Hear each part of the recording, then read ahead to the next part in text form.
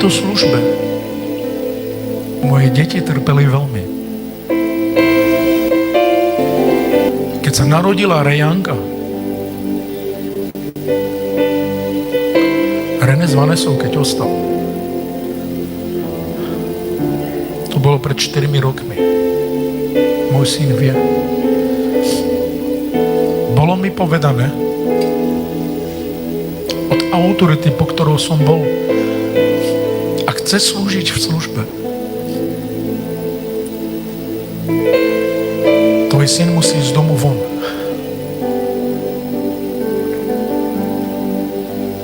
Lenže to je jedna jediná vec, že moja nevesta nemá rodičov, žila u babky, tak jak Brian u mňa. Nemala kde sa obrátiť. Kvôli tomu, že nebol sobažený. To z jednej strany beriem pravdu, a z druhej strany je to môj syn. Tlačili na mňa. Boli veľké stretnutia. Boli tam 15 pastorov. A každý jeden pastor. Ak neurobíš dole, ja hovorím, a zbor jak bude? Dáme tam iného. On je v dome. Rejanka je malá. Má mesiac. Myslím, že 2. Idem k Renemu. Pozriem sa na ňo. Hovorím, Bročo, možné steđe lavre, da žive sam da lokar.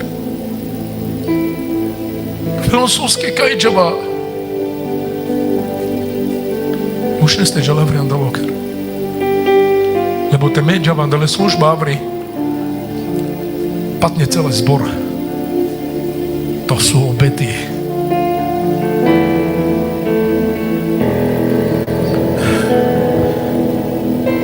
Môj syn si vzal kočík, moja nevesta, a môj syn mi povedal toto, Dado, me tu chapínav, slúžim od jadra de vleské. Vzal si pár vecí, Rejanka mala. A viete, kde bol? Chodil z domu od domu. Plantal sa. Každý deň som volal. Nakoniec mi volá večer po pár mesiacov.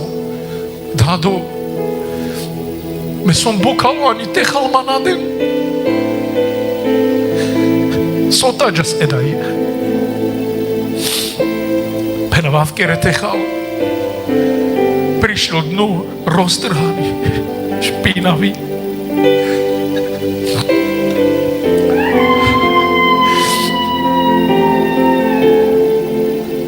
Rejanka nemala ani plienky.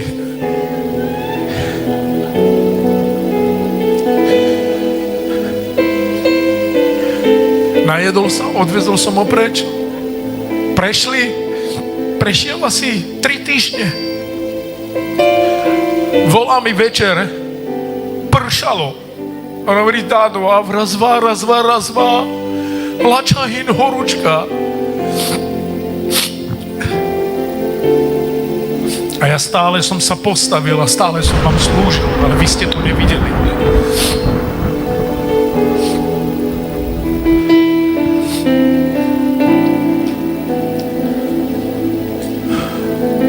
Idem a viete, kde je na Loy Street? Na Loy Street, kde býval Peťo. Niečo sa stalo a tam boli také schody dole. Taký múr, taká strežka, malička a veľmi pršalo. Vanessa tam sedí na zem, na Rejanku prší, on je celý mokrý, vyhodili ich von. Hena v Kajsari, v tom kady po šumúru spával. On mi hovorí, Dadu, len mám pále. A ja tam hovorí, Bože, čo mám spraviť? Som mu povedal, vráť sa domu, po domu. Kašlem na službu a v Kerbočo. Šiel som. Moja Jana videla Vanessu. Môj syn bol asi 6 mesiacov v depresii. Striasol sa. Dával som mu jesť, dával som mu všetko, dával som mu toto. On vie. Románka vie.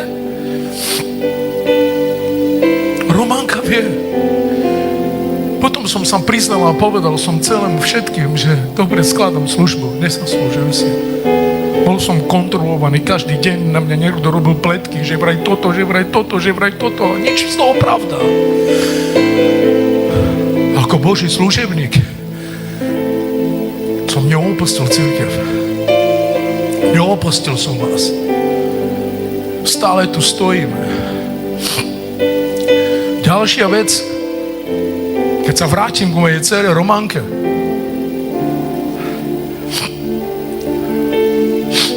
Mala svojho partnera, ktorý bol prvý partner. A on tlačil, že chce byť zvlášť, tak sme jej pomohli, aby bola zvlášť. Keď bola zvlášť, ja som ani o ničom nevedel. Nevedel som o ničom, ako trpí moja dcera Románka, už nikdy v živote nedomie. Ďakujem Bohu, že teraz má Michala. Michal si požehnaním pre nás. Lebo mať dobrého zaťa je bohatstvo. Mať dobrú nevest je bohatstvo. Moja dcera, mladá, Brian, myslím, že to bol Brian, bol malý. Nikolás maličký. Ona mala jeden bedroom dom.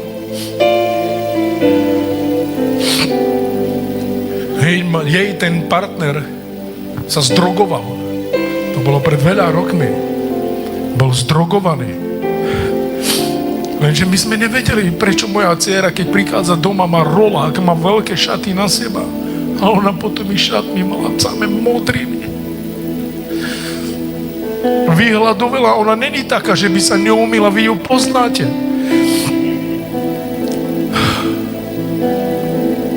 Až v jeden deň ráno, 5:30, bucha na dvere. Hovorím, kto to je? Som stál, otvoril som dvere. Románka tam s kočíkom vošla dnu. Pena v susate, čo sa stalo? Ona tam príde, otvorí dvere a veľa Andre. Mne to ani nepovedala.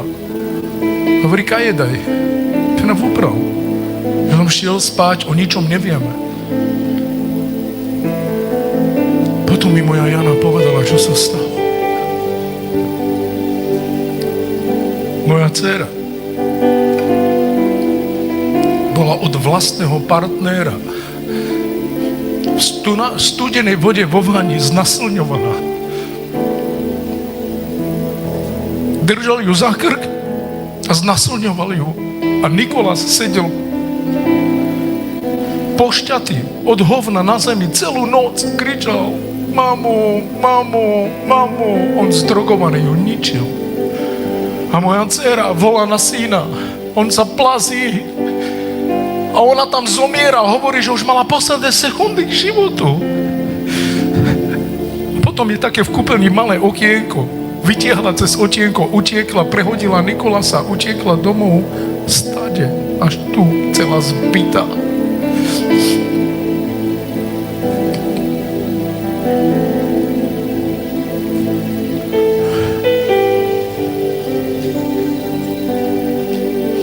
Viazal ju. Nož jej dal pod krk, chcel ju dorezať. To je len štvrtka toho, čo som prežil, ľudia. Keby som vám to všetko vysypal na vás, tak nespíte celú noc. Myslíte si, že ja kvôli tejto službe sa tu hrajem? Tie veci, tie tlaky, čo som prežíval. Myslíte, že Boh nevidí, aké obety som tu dal?